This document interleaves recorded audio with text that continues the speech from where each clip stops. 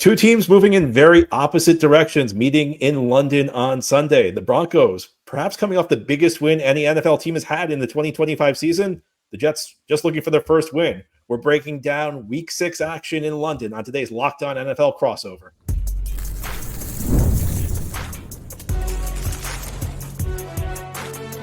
You are Locked On NFL crossover, part of the Locked On Podcast Network. Your team every day. Welcome in, Jets fans and Broncos fans. I'm John Butchko, the host of Locked On Jets, alongside Sayre Bedinger, the co-host of Locked On Broncos. We're here to get you ready for Week 6 action in London when the Jets take on the Denver Broncos Sunday morning. On today's show, we're going to talk about the key matchups. We're going to talk about keys to victory. We'll talk about the big stories around each of these teams. But before we get to that, you should know Crossover Thursday is presented by PrizePicks. Download the PrizePicks app today and use code LOCKEDONNFL to get $50 in lineups after you play your first $5 lineup. Well, Sayre, great to be with you as always. In a matchup that is almost like half a divisional game at this point. These teams play every year. This is the 8th time in the last 9 years the Jets and Broncos have played a game. That's crazy to me. I feel like you and I are kind of just honorary co-hosts at this point. I think we make some kind of jokes about that every year when these two teams play, but it's also funny how these teams continue to stay so connected, right? Because before it was the Nathaniel Hackett connection and, the Aaron Rodgers drama with Denver. And now you guys have a GM who spent a long time with the Denver Broncos organization, was there with John Elway. He was there with George Payton. I mean, he's been there for a long time, and now he's leading you guys. And then, of course, the connection with Aaron Glenn and Sean Payton. It's really interesting, the ties that bind between these two teams. Thank you for not mentioning Tebow. We Jets fans appreciate that. Yes. Broncos fans would have loved to have kept Tebow at that point. Like, they couldn't coexist with Peyton Manning or what? I mean, I don't understand that. Put him out there for some gimmick plays. That would have made 2012 even more fun than it was. But you know what? Yeah, those are the days, man. That was over 10, 12 years ago at this point. My goodness. Time flies. So Sayre, let's talk about the current Denver Broncos, who, of course, are coming off a great win over the Philadelphia Eagles. As I said, as we opened this show, that may have been the best win any NFL team has had all season. So talk a little bit more about what's going on in Denver these days.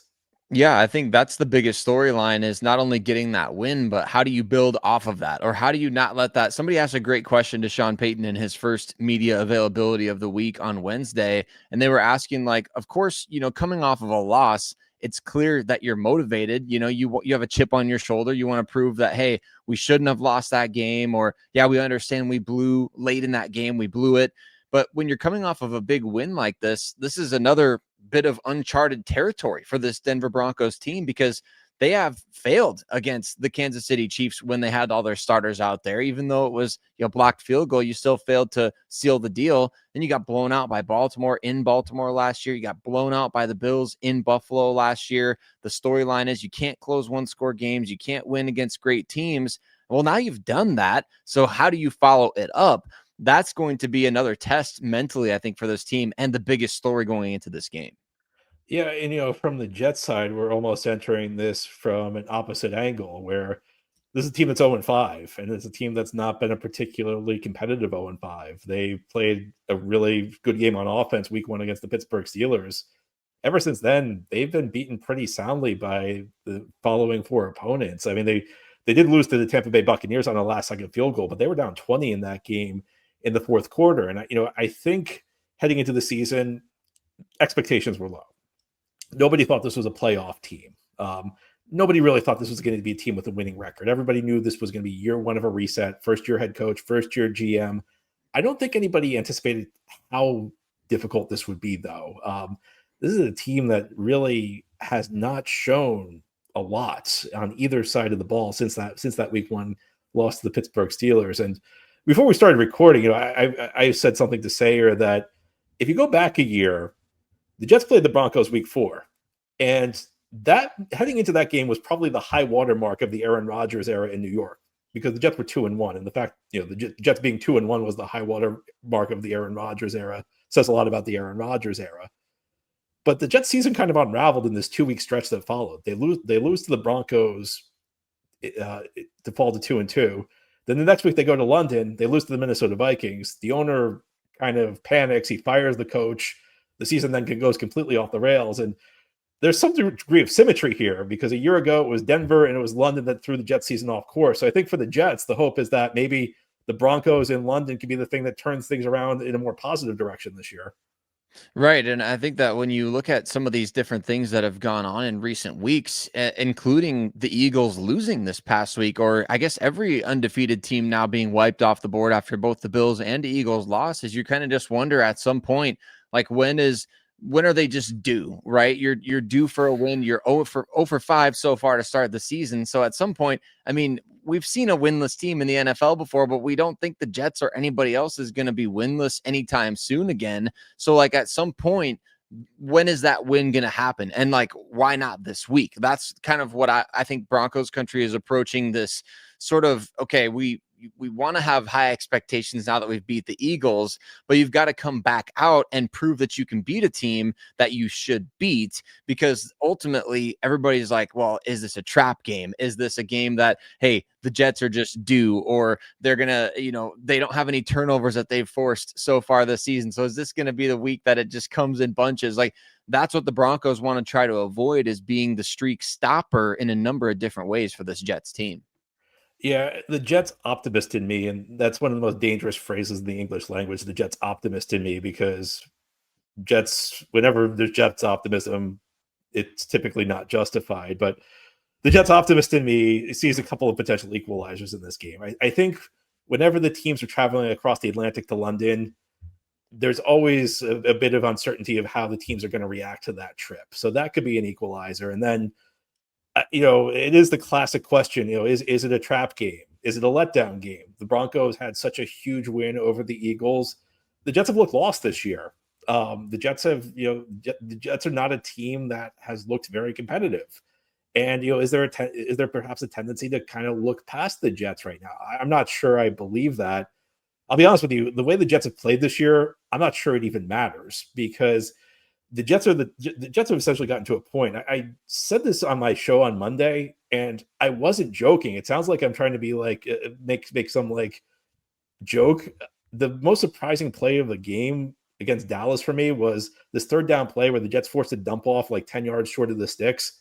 And I was surprised when the Jets didn't miss 5 tackles and allowed the Cowboys to convert, because it's been that kind of season where it's like, even when the Jets are in a great position down in distance, something bad's going to happen. Someone's going to commit a penalty. Someone's going to miss a tackle. I don't know if the Jets are capable of playing a good game right now, but any given Sunday, I mean, look, I've covered a lot of bad Jets teams through the years, and I've seen situations where maybe the opponent looks past them. And in the NFL, it is a league where, any team can in theory beat any other team on any given Sunday. But I think that's all you can really hope for right now from a Jets perspective. Yeah, and that's the fear from the Broncos perspective, or from the fans anyway, is that, hey, any given Sunday, I think that right now you've proven that you can beat a top tier team finally after all this time.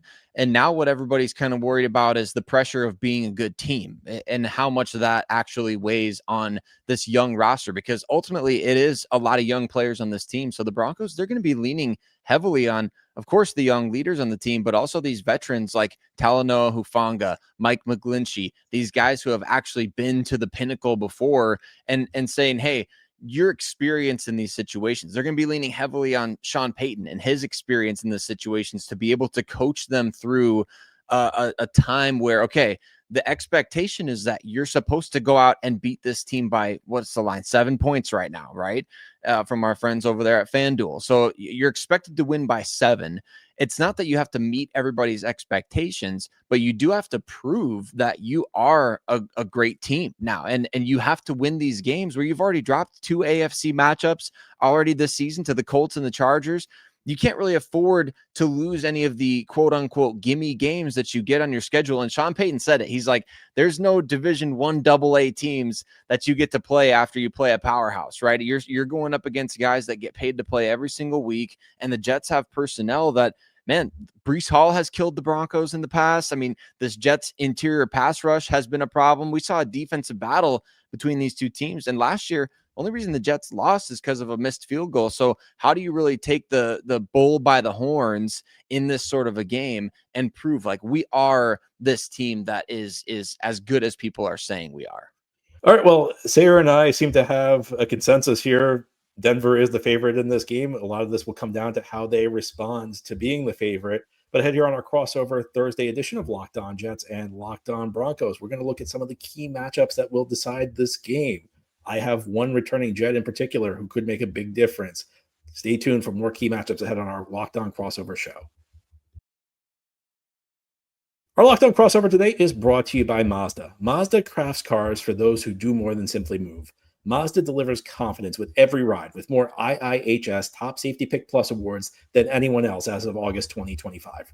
From footwork to breathwork, athletes sweat all the details. Well, Mazda brings the same intention to how they craft every model. You can feel the craftsmanship in every detail, from the metallic accents to the available Napa leather upholstery. You can make everyday drives feel like anything but, from smooth handling to intuitive controls. With all-wheel drive standard in every crossover SUV, you can drive with confidence through almost any season. Like our players, we sweat every detail, because when you make every move count, impossible becomes irrelevant. Mazda. Move and be moved. It's Crossover Thursday here on the Locked On Podcast Network. I'm John, the host of Locked On Jets, alongside Sayre, the co-host of Locked On Broncos, getting you ready for Week 6 action. Jets and Broncos playing in London Sunday morning. Matchup that's been pretty frequent. 8th time in the last 9 years these teams are meeting. As I said earlier, maybe like half a divisional game at this point. Sayre, as we look at these two teams that are sort of rivals, what's one matchup you have your eye on? Yeah, offensively for the Broncos, there's going to be a pretty massive absence on the offensive line. Ben Powers suffered a biceps injury on I guess late in the game against Philadelphia. It wasn't the last play of the game or anything like that, but he did play through a bit of a biceps injury. Sounds like he's going to be out for a couple of months here. So the Broncos, they'll be breaking in a new left guard for this game. And of course, going up against a Jets defensive front that has as much talent as they do, and against a defensive coordinator like Aaron Glenn, who I think you're going to be as aggressive as you possibly can to try and exploit that weakness. It's whoever's going up against the Broncos interior offensive line, because Ben Powers is a quality player, and whoever they replace him with is obviously not going to be as good. So they've got to find a way to keep that floor high on the offensive line. But also center Luke Wattenberg has struggled at times this year, got 5 penalties called on him against the Cincinnati Bengals a couple weeks ago, has had some errant snaps to Bo Nix as well. So how those guys respond to the absence of Ben Powers on the offensive line, I think is going to be crucial going up against that Jets defensive front. Yeah, Sayre, I think that's a great point. And it's been very frustrating watching this Jets defense this year. Against the Dallas Cowboys, a team that was missing 4 of its 5 starters, they allowed 37 points. This defensive line, it has good players on it. Quinnen Williams, Will McDonald, who had double-digit sacks in his second year last season. But it hasn't really played at the level we've been expecting them. Now, there's not a lot of depth. And one of the issues is that one of their best defensive linemen, Jermaine Johnson, has been out. Jermaine Johnson is traveling with the Jets to England. Indications are he's ready to return from an ankle injury, and Johnson has been injured a lot. Unfortunately, he suffered an Achilles injury week 2 against the Tennessee Titans, so he missed last year's game against Denver. He missed most of last season. It sounds like he's ready to return, though, so I'm keeping an eye on him against Mike McGlinchey. Jets need to generate a pass rush. The secondary has been an issue for this team. Sauce Gardner is not having a vintage Sauce Gardner season. The number 2 corner, Brandon Stevens, who they signed from Baltimore, has not delivered. The safety play has been ugly between Tony Adams and Andre Sisco. In the slot, Michael Carter II is not having a good season. And I think it's a lot to ask for all these guys who are playing poorly in the secondary to step up. So I think we know there are 2 ways you can slow down an opponent's passing attack. One is to cover really well. I don't have a lot of faith in the Jets to do that. The other is make life easier for the guys in the secondary. Get to the quarterback. Jets have not done a great job of that so far this year. I think the addition of Jermaine Johnson could be a focal point. It could be the type of thing that helps breathe some life into the pass rush. So that's why I have an eye on that matchup. What other matchups are you looking at? Yeah, I think that's a great one. I look at, Jets versus Broncos. We mentioned the ties that bind, right? Of course. And so John Franklin Myers in a sort of another sequel to the revenge, right? Last year, he got his first shot at the Jets. And this year he'll get another shot. This year, though, John is in a contract year with the Denver Broncos, and he's been pretty vocal about wanting to get paid, and not necessarily in a negative way, not in a distracting way, but a couple of off-season posts on Twitter here and there, kind of just making it known that he's ready to get that bag whenever the time comes. This is a great opportunity for him going up against his former team. What Sean Payton said about John Franklin Myers earlier this week is the guy dents the pocket, right? So that space between the quarterback and the center, he said John Franklin Myers consistently is denting that space and making it difficult for quarterbacks to step up. He's getting consistent pressure, and he's just been kind of a steady force, as you know. I mean, he's pretty much posted the same statistical production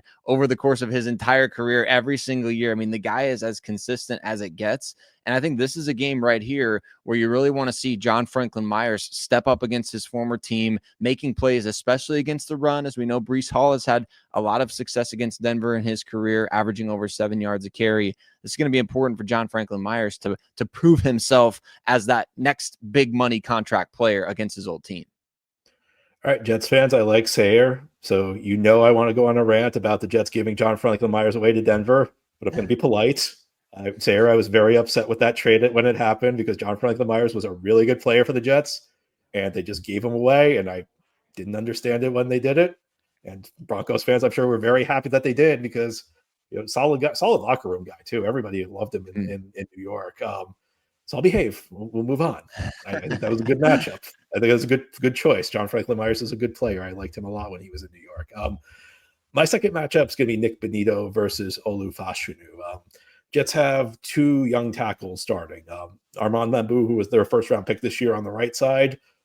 Olu Fashanu, their first-round pick last year on the left side. And I think that these two young guys both have a lot of potential. I think that there has been a difference in quality so far this season.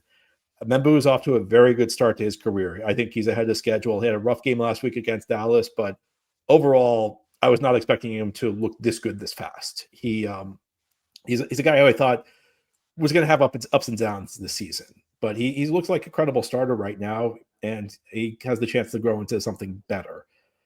For Fashanu, it's been a bit of a struggle so far this season. He played well 2 weeks ago against Miami, but other than that, I mean, he has been vulnerable, particularly in pass protection. And part of this is I think they're probably giving Lambeau, the rookie, a little bit more help than they're giving to Fashanu. But this is a player who finished his rookie season pretty strong. Now he missed the last couple of games with an injury, but he was a guy who entered the season with a lot of people feeling good about him. And it hasn't been a disaster. Look, I don't want to make him out to be the worst left tackle in the league, but I think a lot of us were expecting more from him this year. Nick Bonito's, very good edge guy for the Broncos. This is going to be a real test, and Jets have to protect Justin Fields because Justin Fields is a guy who's not a natural pocket passer right now. And last week against the Dallas Cowboys, took a couple bad sacks he should not have taken. Even when Fields is getting good protection, he's not playing great in the pocket. You can't allow early pressure though. So I think that's the matchup I have. And I won't rant about John Franklin Myers. I'll be polite for you and your Broncos audience there. Yeah, we understand that type of stuff when that goes down. I mean, obviously, you kind of want to go back in time and get a mulligan on those types of trades, obviously. But yeah, the Broncos are happy to have him. But with Nick Bonito, I'm glad you mentioned that matchup too, because those two guys coming off the edge, Bonito and Cooper, have been arguably the best pass rush duo in the NFL. I know Nick Bonito already has 7 sacks so far this season, and he's gunning for Defensive Player of the Year this year. He wants to take that award away from Pat Surtain, his teammate. So he's playing with a major chip on his shoulder. He got the big money contract right before the start of the season. And oftentimes you'll see guys kind of mail it in after that, but with Nick Bonito, it seems like it's added that chip on his shoulder where I always think back to Peyton Manning and the quote that he had after he was drafted by the Colts, and somebody's like, what are you going to do with all that money, blah, blah, blah. And he's like, I'm going to go earn it. That's kind of the mentality that we're seeing from Nick Bonito is, what are you going to do now that you've got the big money contract? He's like, I'm going to go out there and win Defensive Player of the Year. And that is what we're seeing from him week after week. He's whooped up on Joe Alt. He whooped up on the Bengals. He whooped up on, obviously, this past weekend in the Broncos win against the Eagles, going up against Lane Johnson and Jordan Mailata. I mean, to get 2.5 sacks against those two guys So he's playing kind of possessed at this point. And that is another matchup to circle this week, because if Justin Fields holds onto the ball a little too long, Nick Bonito is going to be coming there. And the Broncos, just like the Jets, defensively, these two teams have struggled to force a lot of turnovers this season. And I know that for the Jets, it's been a little bit more pronounced, but same for the Broncos. Honestly, we expected a lot more than 4 through 5 games. So that's going to be a huge focus, I think, on both sides for this game, is that edge battle for these two teams. All right, well, you've heard the biggest stories around these two teams. You've heard about the big matchups. Ahead here on our crossover Thursday show, we're going to talk keys to victory, and we may make a prediction or two. That's ahead here on our Locked On NFL crossover. Today's Locked On NFL crossover is brought to you by Gametime. The NFL season is back, and honestly, there's nothing better than being in the stadium surrounded by fans cheering on your team. But let's be honest, getting tickets can be a hassle. Between queues, login screens, and prices jumping at checkout, it's frustrating. And that's why I use Gametime, the app that gives the advantage back to fans. Gametime is fast, easy, and backed by the Gametime guarantee. You'll always get 100% authentic tickets delivered on time and at the best price. Plus, all fees are included, so the price you see is the price you pay. Sayre, I told you this before we started recording. I'm going to the game Sunday. I'm going to Tottenham Hotspur Stadium. I got my ticket through Gametime. I got a great deal. It was really easy. Again, I knew the price before I checked out. There were no hidden fees, just a couple taps. I'm being serious. This is how I got my ticket, and it's already been delivered to me. There's still plenty of great tickets available for you to check out on Gametime if you're heading out to London, or if you want to see these teams play after they return to the United States. Just download the Gametime app, create an account, and use code LOCKEDONNFL for $20 off your first purchase. Terms apply. Again, that's promo code LOCKEDONNFL, Locked On NFL, one word with no space, for $20 off. Swipe, tap, ticket, go. Download Gametime today. Today's Locked On NFL crossover is also brought to you by FanDuel. The NFL season is here, and FanDuel has an offer you don't want to miss, because right now new customers can bet just $5 and get $300 in bonus bets if you win. That's right. Pick a bet, put down $5, and if it hits, you'll unlock $300 in bonus bets to use across the app. FanDuel gives you so many ways to play. You can build parlays, try player props, even follow the live line during games. It makes watching football more exciting when you got a little something riding on the action. Whether you're a casual fan or love diving into the stats, FanDuel makes the Gametime experience so much better. And looking ahead to Sunday, Jets and Broncos, of course, playing in London. Technically a Jets home game, although let's be honest, it's really a neutral site game. Broncos 7-point favorites. If you watch the Jets this season, that might seem low to you, but you want to get in on the action game, FanDuel is the place to do it. All right, so what are you waiting for? Visit FanDuel.com to download the FanDuel app today and get started. Again, it's FanDuel.com to download the FanDuel app. Crossover Thursday here on the Locked On Podcast Network. I'm John, the host of Locked On Jets, alongside Sayre, the co-host of Locked On Broncos, getting you ready for Week 6 action. Jets looking for their first win against the Denver Broncos, a team coming off a huge win over the Philadelphia Eagles. Sayre, give me a key to victory for the Denver Broncos in this one. Yeah, I think the Broncos can win this game if they get to their season average in rushing yards per game, which is 140 roughly. So if you get to 140 in the rushing department, I think the Broncos can win this game. Just when the Broncos are running the ball well, that feeds into everything that they do offensively. Last year, they did not have much of a running game at all, so they were reliant heavily on Bo Nix and the passing attack, especially the quick passing game, to kind of create those chunk plays on early downs. And now with J.K. Dobbins and R.J. Harvey coming on a couple of games this season, you've got a pair of players out there in the backfield that can really help you get things going offensively and get into favorable down and distance situations on second and third down.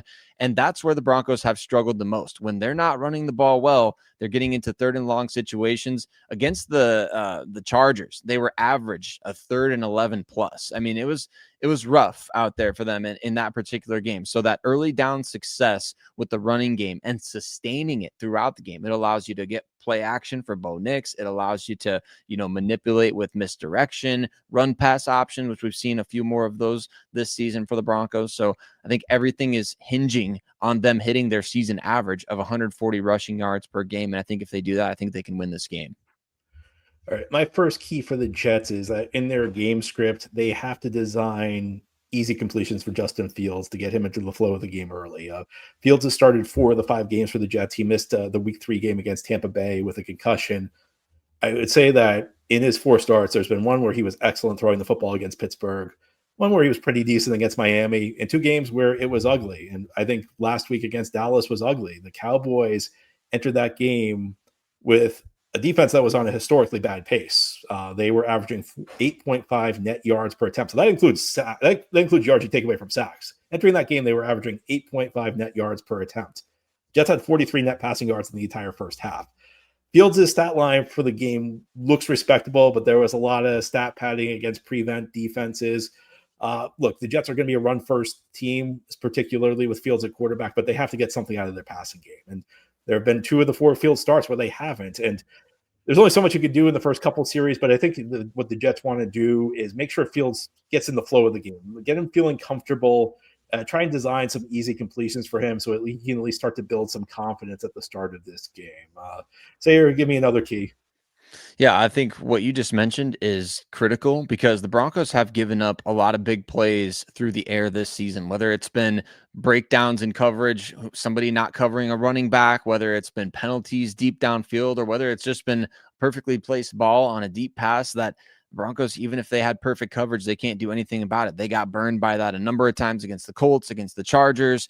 And then obviously this past weekend against the Eagles, I mean, like a 3rd and 17 situation, you're giving up a 50-yard passing play to Devontae Smith because you decided to play press coverage instead of off-man coverage.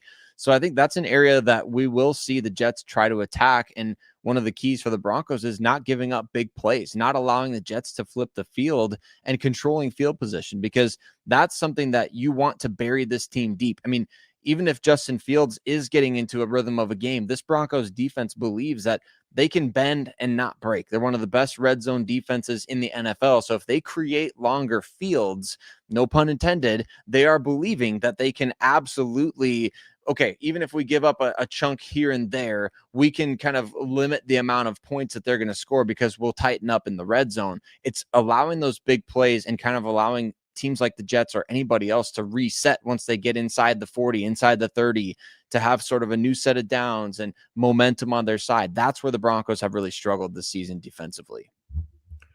My second key for the Jets is getting Justin Fields more involved in the run game. Since week 1, Fields has not had more than 7 rushing attempts in the game. And there are 2 elements to this. So your number one, I think, is building design runs for Fields. Jets have been pretty effective running zone read concepts with Fields at quarterback. They just haven't really run a whole lot of them. But I think Fields also needs to be more willing to scramble on drop back passes. Fields is like a very odd mobile quarterback because, Sayre, like a lot of times, like you'll see a quarterback who's a running quarterback and they just try and run too frequently. It's like they take off at the first sign that like their first read isn't open. If anything, Fields is a little too hesitant to use his legs. He's a guy who has the ability to rip off a 15, 20-yard run. And Fields is at his best when he's running, both in terms of designed runs and scrambles. This is a Jets offense that has to be run first. And again, this is not college football where you're running the wishbone or the triple option. You have to be able to throw the ball. But this is a Jets team that's going to lean on the run more frequently than most of the league. And that involves the quarterback being a key component in the run game. So I think the Jets need to make it a focus to get Fields more involved in the run. Do you have a third key for us? Yeah, I think really for the Broncos in this game, and it stems from what we've talked about earlier as well, but you don't want to be the team that is the streak ender for the Jets, especially when it comes to their not having forced any turnovers defensively. You don't want to be the team that not only gets their first takeaway of the season, but maybe multiple. Like, you can't have that happen in a game like this where you've taken care of the ball 2 straight games now. You had some trouble with that against the Chargers, against the, earlier in the season, you've had some trouble with giveaways. So make sure you're taking care of the football in a game like this. And if you're Bo Nix, that means staying with who you are, but also not being reckless, right? You don't need to be reckless in a game like this. You need to trust the process over the course of 4 quarters. The Broncos need to make sure that they are getting those big chunks, like we mentioned, on early down, so they can avoid having to press on the 3rd and long situations and get themselves into tough situations where they may give the ball away to this Jets defense. Well, great minds think alike. My third key for the Jets is they got to force a turnover, at least one. It's unbelievable that this team's gone 5 weeks without forcing a turnover. And look, there's been some bad luck. I mean, if you've watched other teams play offense, when they fumble the ball, it's like there's always three of their guys around it and no Jets. So, I mean, the Jets have had some really bad fumble luck, but this has been a defense that has not taken advantage of opportunities. In week 1, there were 2 interceptions dropped, one by Michael Carter II, one by Brandon Stevens off Aaron Rodgers. And if either one of those interceptions is made, the Jets probably win that game, and the Jets are not entering this game as the only winless team in the NFL. I hate to bring it down to something as generic as somebody's got to make a play, but somebody's got to make a play for the Jets on defense, whether it's Jermaine Johnson getting to Bo Nix and creating a strip sack, whether it's somebody getting the ball out and hopefully you have better fumble luck, whether it's a corner jumping a route. Somebody's got to make a play. And part of this is that the Jets are the less talented of these 2 teams. And when you're the undermanned team, you need big plays to win the game. Sayre, I'm going to close out by asking for a prediction. What do you think the Broncos need to do to win this game? If the Broncos win, what will happen? Yeah, I think if the Broncos win this game, what's going to happen is that they dominated on the ground and they didn't turn the ball over, right? That's the identity of this team is playing clean football, that they need to be that way. They need to limit penalties. They had 12 penalties against the Philadelphia Eagles and still managed to find a way to win. I think it was 10 or 12, one of the two. Either way, egregious. They've had way too many penalties this season, so they've got to limit those penalties while still being physical and winning the line of scrimmage. That's where this team struggles, is that they get beat at the line of scrimmage. They struggle against good teams. They struggle against anybody. So that's where I think the Jets may have an opportunity, is with that injury to the left guard position, is can you establish early on that you're not going to allow the Broncos to dictate the pace of this game with the running game. That's where the Broncos have to be effective right away to start this game. And my prediction is that if the Jets win this game, it's going to be a combination of this team finally putting together a good game. I think the Jets need to be at their best, and the Broncos need to make mistakes. And that might be a combination of the long London trip playing a factor. It may be Broncos. It may be that this is actually a trap game, but I think we both agree that if these 2 teams both play their A game, Broncos are going to win. Jets need the Broncos to be a little bit off, and the Jets need to play their best game. And I think that's really the only path to victory for the New York Jets in this one. Well, Sayre, as always, great to chat with you. Feel like we do this every year, so maybe we'll do it again next year. Right. All right. Well, good luck the rest of the way. I hope it's a good game. Hopefully no injuries on Sunday. Jets fans, I am John Butchko, the host of Locked On Jets. Broncos fans, he is Sayre Bedinger, the co-host of Locked On Broncos. Here at the Locked On Podcast Network, our motto is your team every day. So we'll be back tomorrow, Locked On Jets, Locked On Broncos, to get you ready for Week 6 action in London. Sayre and I will chat with you then.